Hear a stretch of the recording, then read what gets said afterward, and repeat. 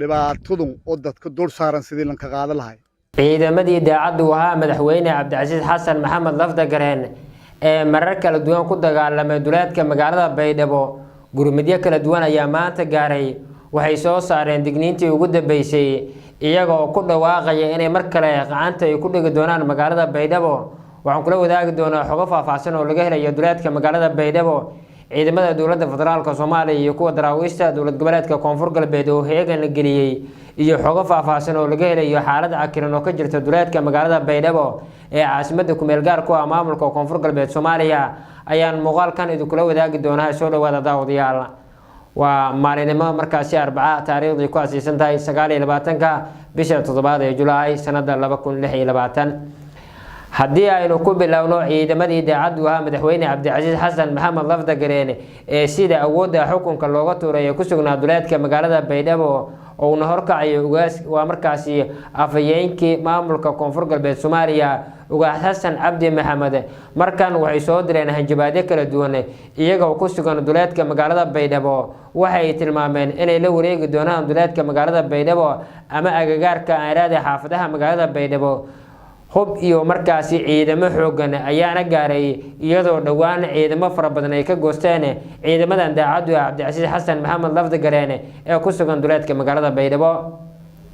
waxay tilmaameen in markaasi si awood looga tuuray xukunka waxayna sheegeen in markaasi duulaan uga yimid xamar looga qaatay dowladda Koonfur Galbeed Soomaaliya markaasi maamulkii uu horgacay Cabdicasiis Xasan Maxamed Laftagareen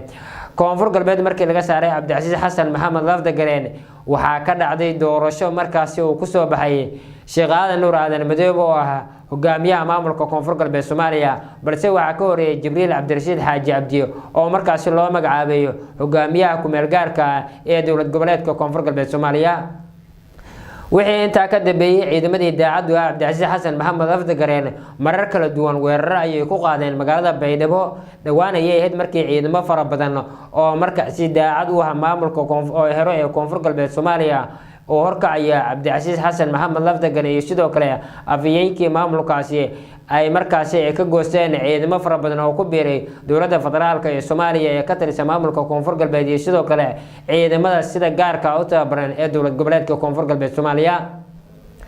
shacabka ku nool maamulka Koonfur Galbeed Soomaaliya waxay sheegeen ciidamadan markaasi daacaddu ah Cabdicasiis Xasan Maxamed Laftagareen inay ka dulqaadi doonaan dhibaatooyinka ay sheegeen inay kala kulmeen duulaan kaga yimid xamar iyo sidoo kale waa markaasi dowlad waxay dhaheen dowladan uu horkacayo Sheekh Aadan Nuur Aadan Madoobe oo markaasi ay ku tilmaameen inaysan waxba ka jirin waxay tilmaameen inay ka qaadi doonaan dhibaatooyin ay sheegeen markaasi lagu hayo shacabka ku sugan magaalada Baydhabo ee caasimadda ku meel gaar ku ah maamulka Koonfur Galbeed Soomaaliya Koonfur Galbeed oo markaasi la kulantay weerar kala duwan ay ku qaaday dowladda federaalka Soomaaliya iyo dagaal markaasi kaga yimid ciidamadii isdifaaciyay ee dowladii uu horkacayay Cabdicasiis Xasan Maxamed Laftagareen haatan waxaa si rasmi ah gacanta uga haya Sheekh Aadan Nuur Aadan Madoobe oo markaasi ka taliya waxaana markaasi dhisay ciidamo kala duwan oo si weyn ula dagaalama ciidamadan daacaddu ah Cabdicasiis Xasan Maxamed Laftagareen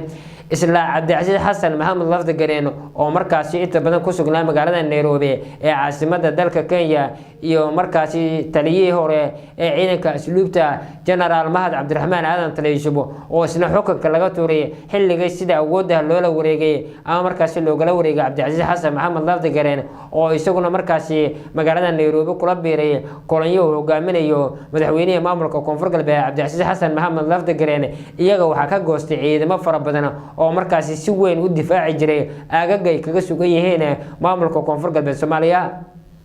ciidamadaasi dowladda ay u goosteen waxaana markaasi beelisiya markaasi mushaaradkooda bixiya dowladda federaalka Soomaaliya kadib markii ay ka goosteen ciidamadii daacaddu ah Cabdicasiis Xasan Maxamed Laftagareen ayna ku biireen ciidamada uu hogaamiyo Sheekh Aadan Nuur Aadan Madoobe oo ah hogaamiyaha maamulka Koonfur Galbeed Soomaaliya ee doorasho markaasi xubnihi la tartamaya qaadaceen oo kamid ahaa madaxweynihii hore ee dowlad goboleedka Koonfur Galbeed Shariif Sheekh Xasan Shariif Sakiin oo markaasi isagu si weyn ula loolamayay doorashadii ka dhacday magaalada Baydhabo waxa uu sheegay inuu banaanka ka yahay oo markaasina uu meel adag ka istaagay doorashadan uu sheegay inay dowladdu ay markaasi ay sida awoodda ay ku siisay Sheekh Aadan Nuur Aadan Madoobe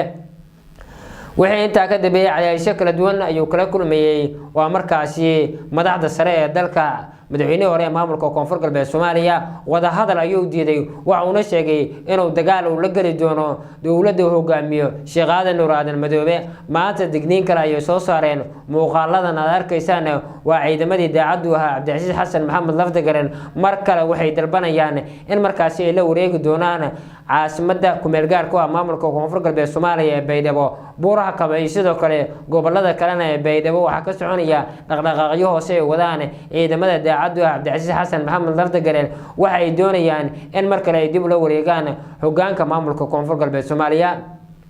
waxay ku dhawaaqayaan ereyay ay kamid yihiin shacabka waxa markaasi duulaan xamar kaga yimid shacabka Baydhabo ee halaaga ku wada waxaan doonaynaa inaan ka saarno shacabka reer koonfur galbeed oo kaalay oo ciidankeena u imaado oo markaasi la garab gala ay ku hayaan waana ciidamadii daacadu ah Cabdicasiis Xasan Maxamed Lafdagaren waxay sheegeen in dhawaan ay qaadi doonaan guluf ka dhana ciidamada daacadu ah madaxweynaha dowlad goboleedka koonfur galbeed ahna hogaamiyaha dowlad goboleedka koonfur galbeed Sheekh Aadan Nuur Aadan Madoobe oo isagu ku sugan magaalada Baydhabo ee caasimada ku meel gaar ku ah maamulka koonfur galbeed Soomaaliya waxay tilmaameen in xilligan wixii ka dambeeyay tahay waqtigii si rasmi ah ee ula wareegi lahaayeen magaalada Baydhabo ee caasimada ku meel gaar ku ah maamulka koonfur galbeed Soomaaliya waxayna tilmaameen in markan gurmadyo kala duwan ay helayaan ayna qaadayaan abaabulkii iyo wararkii ugu dambeeyay oo ay doonayaan inay kula wareegaan magaalada Baydhabo ee caasimada ku meel gaar ku ah maamulka koonfur galbeed Soomaaliya lama oga halka xiisadu ay ku dambeyn doonto balse wararku waxay tilmaamayaan in ciidamadan markaasi ay diideen in wada hadal lala galo waxaana meesha ka baxday waan ay wadeen odayaasha dhaqanka maamulka koonfur galbeed Soomaaliya taasoo lagu xalinayo in markaasi laga hor istaago ciidamadan daacadu ah Cabdicasiis Xasan Maxamed Lafdagaren ee iyagu doonaya inay weerar ku qaadaan ciidamadii daacadu ah markaasi ciidamada maamulka koonfur galbeed Soomaaliya koonfur galbeed waxa ku sugan ciidamada daraawiishta koonfur galbeed Soomaaliya iyo kuwa birmadka maamulka koonfur galbeed oo iyagu si weyn u ilaaliyo magaalooyinka waa markaasi maamulka koonfur galbeed Soomaaliya oo ugu horeyso caasimada Baydhabo xilligii Cabdicasiis Xasan Maxamed Lafdagaren laga saaray magaalada Baydhabo waxa uu markaasi garab ka helay ciidamada Itoobiyaanka ee ku sugan garoonka diyaaradaha Shaati Guduud ee magaalada Baydhabo ee caasimada ku meel gaar ku ah maamulka koonfur galbeed Soomaaliya waxa uu dalbaday in markaasi laga bixiyo xalka madaxtooyada maamulka koonfur galbeed Soomaaliya oo ay markaasi xilligaasi ku arareysay dowladda federaalka Soomaaliya diyaaradaha dagaalka ee Turkiga ayaa la sheegay inay markaasi ay qayb ka hayeen weeraradii lagu qaaday ciidamadii daacadu ah markaasi madaxweynaha maamulka koonfur galbeed oo isagu ugu dambeyn dalbaday in laga saaro magaalada Baydhabo waxa uu gaaray magaalada Nairobi caasimada dalka Kenya warqad iscazilaada ayuu xilligaasi soo dhigay bartiisa baraha bulshada waxa uu sheegay in markaasi lagu qasbay in warqadan uu soo dhigo bartiisa Facebook ee gaarka balse ugu dambeyn waa laga saaray waxa uu markaasi ku dhawaaqay guluf ka dhana ciidamada daacadu ah waa markaasi ciidamada dowladda federaalka Soomaaliya hadaba waxyaabaha ka soo kordha xiisadan maamulka koonfur galbeed Soomaaliya oo markaan u muuqata in markaa iyo xiisad dagaal ay isku wajihi doonaan ciidamada daacadu ah Lafdagaren iyo kuwa dowladda iyo sidoo kale kuwa maamulka koonfur galbeed Soomaaliya halkan ayaa ka daawan doontaan muuqaalka la gareeyay meel dheer nagaasiya aartan daawanaysay aad baad mahadsantihiin